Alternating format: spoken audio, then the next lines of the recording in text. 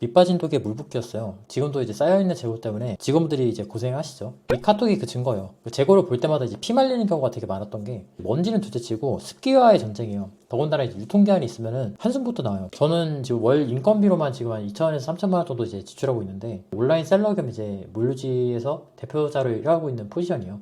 제가 온라인 사업을 지금 한 3, 4년 정도 했는데 하루에 진짜 못해도 12시간 이상은 갈아 넣었거든요. 그래서 지금까지 일하면서 바뀐 생각들이 있을 거잖아요. 처음 했었던 생각이랑 그리고 지금 바뀐 생각들이 있을 건데 오늘 저를 돌아볼 겸 달라진 생각들을 좀 짚어보려고 합니다. 이건 광고도 아니고 별다른 의도도 없는 제 회고 겸 이제 시작하시는 분들이 좀 도움받으셨으면 좋겠다. 그 당시로 돌아간다면 나 이런 얘기를 해주고 싶다라는 내용이니까요. 그럼 시작하겠습니다. 사업이 누군가 나 대신 해결해 줄 수 있는 거라고 생각했었어요. 자기 문제는 자신밖에 해결할 수가 없더라고요. 그리고 그 문제를 가장 잘 아는 사람은 나밖에 없어요. 왜냐하면 이건 내 사업이잖아요. 옛날에 제 영상들 보면은 강의를 진짜 많이 들었다는 걸 아마 알 수 있을 거예요. 저도 돈 꽤 많이 썼거든요. 근데 제가 이제 와서도 느낀 거는 생각보다 강의를 들어서 해결되는 영역들이 그렇게 많지 않아요. 저는 처음에 고가 강의를 이제 들으면은 모든 게 해결될 줄 알았거든요. 근데 그럴만도 한 게 고가라는 게 보통 이제 요즘에 비싼 거는 500만 원, 1000만 원 하는데 일시불로 지불하니까 기대하는 게 있을 거 아니에요. 제가 들었던 것 중에 좀 비싼 거는 이제 4번 만나는데 500만 원, 그리고 뭐 3시간에 150만 원 그런 것들이었었거든요. 그래서 약간 여담으로 이제 그거 말고도 뭐 잡다한 것들 많이 들었었는데 아무튼 제가 그런 것들을 듣고 나서 느꼈던 것 중에 그리고 하루에 뭐 한두 시간 하고 뭐 3-4시간 하고 그런 정도로는 쉽게 바뀌지 않더라고요. 결정적으로 그 사람이 내 사업에 나만큼 몰라요. 저는 이게 가장 큰 착각 중에 하나인데 아무리 고수라도 겉면만 보고 그 사업체 그리고 그 사람에 대해서 단번에 파악을 할 수 없더라고요. 내가 모르는 방식으로 한두 시간 만에 파악을 한다는 건 저는 거의 불가능에 가깝다 생각해요. 그리고 그와 마찬가지로 내가 몇 년 동안 쌓아왔었던 그 노하우를 단 몇 시간 만에 전수를 해준다는 거는 더더욱 말이 안 된다고 생각해요. 대체 뭘 어떻게 압축하길래 그거를 거의 16시간 만에 압축을 해서 넣어줄 수 있겠어요. 저도 내부적으로 직원분들한테 교육 커리큘럼을 만들고 있는데 그 커리큘럼의 최소 기간이 10달이에요. 솔직히 10달도 부족하죠. 할 말이 너무 많으니까. 결정적으로 그 컨설팅을 하는 사람이 내 사업체에 나만큼 열정을 가지고 살펴봐야 될 객관적인 이유가 존재를 하냐? 그럴 이유가 없거든요. 동업자처럼 쉐어를 하는 것도 아닌데 굳이 그 정도로까지 열정을 가질 필요가 없고 이 사업체가 잘 되면 뭐 리베이트를 받는 것도 아니고 그렇다 보니 결국에는 내 사업체에 대한 거는 내가 제일 잘 알 수밖에 없는 거고 그래서 솔루션도 결국에는 내가 제시를 해야 되는 게 맞더라고요. 방향성이라든가 뭐 피드백 정도는 이제 참고할 만한 것 같은데 문제는 그게 가격이 좀 나간다는 게 좀 단점이었던 것 같아요. 그렇다 보니까 이제 결국에는 뭐 동기부여라든가 뭐 더 열심히 해야 된다든가 뭐 그런 식으로 이야기들이 흘러가는 게 대부분인 것 같은데 솔직히 그런 거는 책으로도 이미 충분하잖아요. 훌륭하신 분들이 이미 적어놓은 것들이 얼마나 많아요. 그리고 여담으로 저 같은 경우에는 보통 이런 책들 많이 보는 편인데 제가 자료화면을 올려드릴게요. 만약에 시간 되시면은 보시는 거 한번 추천드릴게요. 출장 갈 때는 계속해서 들고 와서 이제 보는 편이니까. 그래서 제가 느꼈던 그 착각 중에 하나는 누군가 내 문제를 해결해 줄 줄 알았지만 오로지 내 문제는 나 스스로밖에 해결할 수 없다는 게 이 생활을 하면서 느꼈던 포인트였어요. 그래서 지금은 컨설팅이라든가 강의라든가 그런 걸 수강하고 있진 않아요. 그리고 혹은 들어야 된다면은 기재된 내용들을 찾아봐서 주고받는 게 객관적으로 명시가 되어 있는지 그걸 좀 더 많이 보는 편인 것 같아요. 그래서 그걸 검토해보고 괜찮으면 수강을 하고 그런 식으로 좀 운용을 하는 편인 것 같습니다. 팔린다와 생활을 유지한다 그리고 사업을 유지한다 이 세 개는 다 다른 말이었어요. 그렇기 때문에 웬만하면 퇴사하지 마십시오. 보통 영상 같은 거 보면은 이런 제품들 팔린다고 하잖아요. 수입하면 무조건 팔린다고. 근데 의외로 그 말은 저는 맞다고 생각해요. 웬만한 거 다 팔려요. 그런데 그게 생활을 유지할 수 있다와 사업을 유지할 수 있다는 전혀 다른 말이더라고요. 이게 무슨 소리냐면 가져오시는 대부분의 소싱 아이템들은 다 판매가 됩니다. 그런데 생활비를 유지할 정도냐라고 하면 그거는 또 다른 얘기인 것 같아요. 보통 효율이나 매출 같은 거를 우리가 영상으로 접할 때는 이게 일직선으로 되어 있다고 생각을 하거든요. 그런데 실제로 리얼타임으로 들어오게 되면 내가 생각할 때 이게 일제로 가는데 실제로는 중력이 작용하는 것처럼 0을 향해서 달리고 있는 게 제가 생각하는 매출과 효율성에 대한 기본적인 시각이에요. 퇴사하고 나서 생활을 유지할 정도로 물건에 대한 판매를 하려면 최소 순수익이 500만 원은 나와야 돼요. 왜냐하면 일단 4대 보험이 들어가요. 이걸 이야기하시는 분들이 많이 안 계신데 퇴사를 하는 그 순간부터는 나를 공포로 몰아넣는 건 4대 보험입니다. 다른 거는 다 줄일 수 있어요. 근데 4대 보험은 줄일 수가 없어요. 심지어 이건 많이 떼가. 그리고 결정적으로 30대 초반의 커리어가 자기의 인생을 걸고 하는 거거든요. 그러니까 이 일을 전업으로 시작하는 순간부터는 원래 다니던 직장으로는 돌아가기 어렵다고 보시는 게 저는 맞다고 봐요. 가장 황금기에 커리어를 비틀어 버렸기 때문이거든요. 저도 30살인가? 31살인가 아마 그때쯤부터 이쪽으로 제가 들어왔던 걸로 기억을 하는데 그러다 보니까 이제는 전 직장으로 돌아갈 수가 없어요. 저는 원래 개발자 출신이었는데 여기서 어떻게 다시 개발자로 취업을 할 수 있어요? 30대 중반을 지나고 있고 개발에서 손 놓은 지도 3년, 4년이 넘어갔는데 그 여기서 한 가지 더 포인트가 발생을 해요. 생활을 유지한다랑 사업을 유지한다는 또 다른 말이더라고요. 이건 또 무슨 소리냐면 고정비가 늘어나게 되면 그 다음부터는 멈출 수가 없습니다. 최소 라인을 맞춰야 되잖아요. 인건비가 나오니까. 더군다나 인력을 뽑기 시작하는 순간부터는 굉장히 복합적인 문제가 발생을 하더라고요. 인력을 고용해서 자동화한다라는 게 제가 생각했던 가장 대표적인 착각이었던 것 같아요. 고용을 시작하는 그 순간부터는 취미는 버려야 합니다. 아마 이거 하시기 전에 경제적 자유를 꿈꾸실 거예요. 저도 그랬거든요. 저 같은 경우는 처음에 그 월급 200만 원 받는데 3년 정도를 정말 타이트하게 절약을 해서 1억 넘게 모으고 나서 전 퇴사를 했었어요. 제가 경제적 자유를 바랬던 이유는 뭐 딱히 뭔가 하고 싶은 건 없었는데 여유롭게는 살고 싶었던 것 같아요. 어떤 기업의 오너분들처럼 굉장히 빡세게 살 필요는 없고 그냥 적당히 내가 돈 좀 있는 상태에서 여유롭게 삶을 보내고 싶다, 그런 생각이 있었는데, 그런 라이프 스타일이 가장 근접한 거는 쿠팡셀러 혹은 온라인 강사 쪽이 좀 더 적합한 것 같아요. 이것만한 직업들이 저는 그렇게 많지 않다고 생각을 해요. 그런데 만약에 고용을 시작하시게 되면은 그 순간부터는 그런 모든 라이프 스타일은 다 물 건너갔다 보시면 됩니다. 그렇기 때문에 그런 라이프를 원하신다면 혼자서 다 하고 플러스 외주 인력을 쓰는 걸로 세팅을 하시는 게 훨씬 낫다고 봐요. 저도 처음에 할 때는 그냥 인력 그때그때 채워놓고 구인 광고하고 자동화시키면 되는 거 아니냐, 그 생각을 했었어요. 그런데 인간이라는 게 그렇게 단순하지가 않더라고요. 여기에는 몇 가지 문제가 있는데, 고정비가 들어가는 건 너무 자명한 문제니까 제가 그거는 차치할게요. 30대 초반이면 자기 인생을 걸고 하는 거예요. 일을 하는 거든 사업을 하는 거든 어디에 취직을 하는 거든 30대 초반의 커리어는 40대 50대와는 다르단 말이에요. 그래서 제가 퇴사를 했었던 결정적인 이유도 이 회사에 있으면은 물경력이 되기 때문이었어요. 업무 강도가 굉장히 낮아가지고 저는 편하게 지낼 수 있었는데, 그게 나중에 어디 가서 뭔가를 할 수 있는 건 아니더라고요. 그렇기 때문에 사회에 나가서 아무것도 못할 것 같은 게 제 가장 큰 두려움이었고, 그래서 저는 퇴사를 준비했었던 것도 있었거든요. 그런데 이 말을 뒤집어서 말하면은, 고용주의 입장이 돼버리면은 그 직원도 성장을 만들어줄 수 있는 환경을 만들어줘야 되더라고요. 그래서 어떻게든 그 회사의 성장을 만들어내야 돼요. 그래야 매출이 늘고 연봉을 늘려줄 수 있고 인력도 뽑고 커리어를 만들어줄 거 아니에요. 그리고 결정적으로 나도 먹고 살아야 될 거 아니에요. 그렇기 때문에 고용을 시작한 순간부터는 성장이 거의 반강제적으로 해야 됩니다. 그 순간부터는 필수가 되는 거예요. 그래서 제가 아까 먹고 사는 거랑 사업한다는 거는 아예 다른 말이라고 생각을 했던 게 그 포인트였어요. 근데 만약에 대표자가 하루에 4시간, 8시간만 일하겠다? 근데 경쟁자들은 하루에 온종일 자기 역량을 다 쏟아붓고 있는데 자동화로 1임 하고 놀고 먹겠다?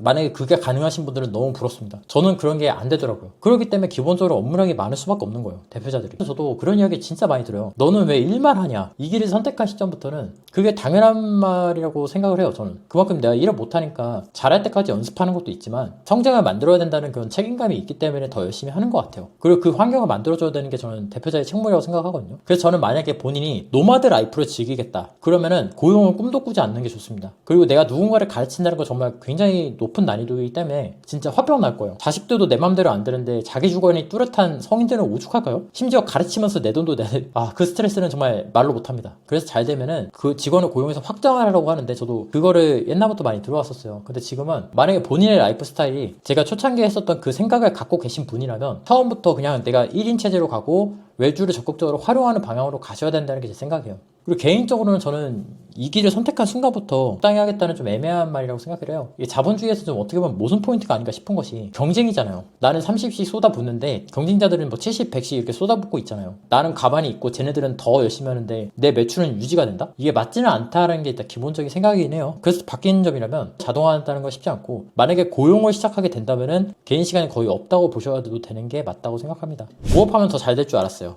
미래를 준비하는 것 같았거든요. 그런데 엔잡은 하지 마십시오. 그냥 본업에 몰빵하시는 게 낫습니다. 이게 뭔 소리냐 싶으실 텐데, 어차피 부업으로 하시는 분들이 대부분 이 영상 보실 거예요. 근데 오히려 저는 본업에 몰빵하시라고 얘기를 드리고 싶어요. 본업이 진짜 나는 이거 하면은 정말 환장하겠다 싶을 정도가 아니라면 본업에다가 시간을 쏟는 게 더 나아요. 제가 셀링했을 때는 유튜브 강의도 들었다가 부동산 강의도 들었다가 주식 강의도 들었다가 F님한테 지식산업 판매하는 것도 들었다가 이것저것도 했었고, 심지어 화장품을 방문 판매하는 것도 있었어요. 그러니까 되게 이것저것 했다는 거예요. 근데 그게 진짜 엄청난 패착이었어요. 사람이 갖고 있는 영역이 100이라고 한다면 지금 제가 나열한 것만 해도 5개는 되잖아요. 그러면 20, 20씩 쏟는다는 건데 경쟁이 되겠어요, 이게?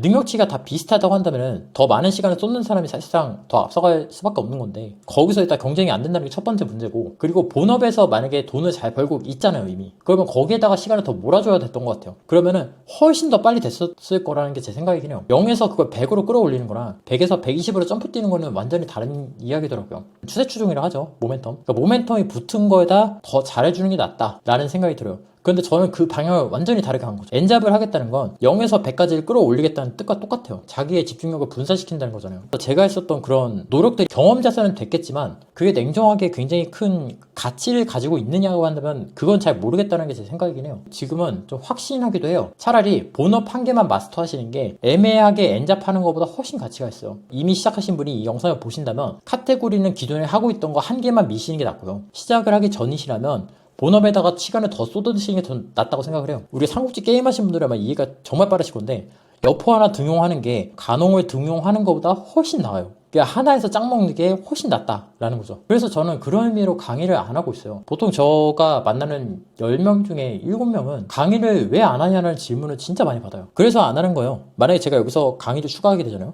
그러면 100의 역량을 또 분산시켜야 되는 거잖아요. 안 그래도 지금 할 거 많은데 저는 그게 좋은 선택은 아니라고 생각을 하기 때문에 굳이 하지 않는 거죠. 근데 만약에 내가 하고 있는 일들을 다 정리하고 진짜로 위임을 할 수 있을 때 그런 때가 된다면 할 수 있겠죠. 강의라는 것도. 그리고 직원분들이 자기 인생을 걸고 물론 제가 돈을 주고 고용한 입장이지만 직원분들을 교육을 해서 그분들의 커리어를 먼저 열어드리는 게 대표로서 더 먼저 해야 되는 우선순위가 아닌가 싶은 생각이 있어요. 제가 그때 썼던 그 블로그 명이 프로 엔잡러였었는데 그 시절이 좀 많이 기억에 남긴 합니다. 살짝만 바뀌어도 전혀 다른 분야입니다. 의외로 전문성이란 매우 좁은 거였어요. 저는 구매대행을 좋아하는 사람이 아니에요. 오히려 사입으로 시작하는 게 더 낫다는 게 제 생각이고 왜냐하면 아예 다른 분야이기 때문이에요. 남자 속옷을 판매해도 남자 양말은 또 다른 얘기예요. 남자 양말, 남자 메리아스, 남자 티셔츠, 남자 바지, 뭐 남자 장갑 전부 다 다른 분야예요. 처음에 생각할 때는 남자 의류니까 다 똑같은 분야가 아닌가 싶었었어요. 그런데 그 이나보리 가조씨 책 보면 제가 이거 나중에 자료화면 띄워드릴게요. 완전히 다 다른 분야라고 얘기를 하시는데 저는 그게 너무 정확하다고 생각을 해요. 완전히 다 다른 분야예요. 프로그램도 다 똑같은 프로그램인 것 같은데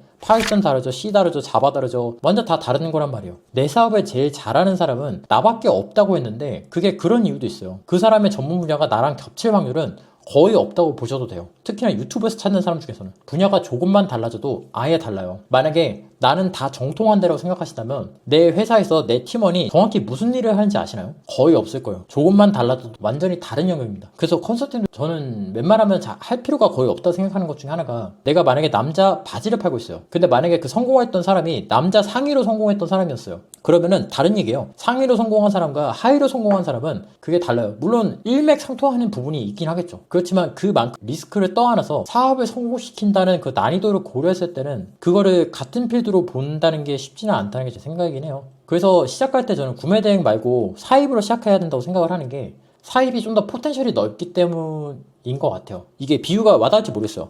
포토샵이랑 미리캔버스가 있어요. 둘 중에 뭘로 시작하는 게 좋아요? 라고 물어보면 저는 포토샵이라고 해요. 왜냐하면 포토샵을 배워두면 뻗어 나갈 수 있는 주기들이 굉장히 많거든요. 근데 미리캔버스로 할 수 있는 거는 상대적으로 좁잖아요. 포토샵보다는. 포토샵이 이 정도로 커버할 수 있다고 한다면 미리캔버스는 요거밖에 커버를 못하니까요. 그런데 만약에 내가 미리캔버스로 시작을 해버리면 포토샵을 다시 배워야 되잖아요. 그렇기 때문에 설령 재고를 떠안더라도 나중에 성장할 수 있는 발판이 포토샵 같은 게 훨씬 더 낫기 때문에 그냥 사입으로 시작하라고 말씀을 드리는 편이에요. 그게 제가 사입이 더 낫다고 생각하는 이유 중에 하나예요. 자, 그래서 제가 처음과 좀 달라진 포인트들 그리고 다시 돌아가면은 저한테 해주고 싶은 이야기들을 좀 말씀을 드려봤어요. 마지막으로 좀 드리고 싶은 말은 저는 가장 귀하다고 생각하는 가치가 성실성이에요. 카리스마 같은 것도 좀 보다 보면 익숙해지고 이쁘고 잘생긴 것도 보다 보면 평범해지더라고요. 성실성은 시간이 갈수록 대단하다라는 말이 나오고 보면 볼수록 좀 경탄하게 되는 그런 가치들인 것 같아요. 그런 가치들이 몇 개가 있더라고요. 언제 어떤 순간에서나 우리 가족을 받쳐주는 월급 그런 것도 있고 그런 것들이 좀 더 귀한 가치구나라는 걸 좀 많이 느끼는 것 같아요. 그래서 만약에 이 일을 기왕에 오늘 제가 드린 말씀들이 도움이 많이 되셨으면 좋겠어요. 성실하게 할 일 묵묵히 해나가시면은 분명히 원하시는 곳에 도달할 수 있다고 생각합니다. 그리고 그런 성실성들이 알게 모르게 쌓여가지고 결국에는 저의 내공이 되기 때문에 그렇게 계속 하려고 하는 것 같아요. 그리고 그런 것들을 자본을 가진 분들은 귀신같이 알아보시더라고요. 그래서 제가 나중에 어떻게 해서 그런 기회들을 잡게 되었는지도 기회가 되면 나중에 한번 풀어보도록 할게요. 자, 그래서 좀 길게 촬영했네요. 영상 유익하게 보셨고 중국 사입을 더 진하게 알아보고 싶으신 분들은 다른 영상도 추천해드리도록 할게요. 긴 영상 봐주셔서 감사합니다. 오늘은 광고 없이 제 생각과 그리고 옛날에 이런 생각 갖고 있었지 그런 내용들을 이제 회고하는 그런 시간이었으니까요. 보시는 분들 다 즐거운 하루 되셨으면 좋겠습니다. 감사합니다.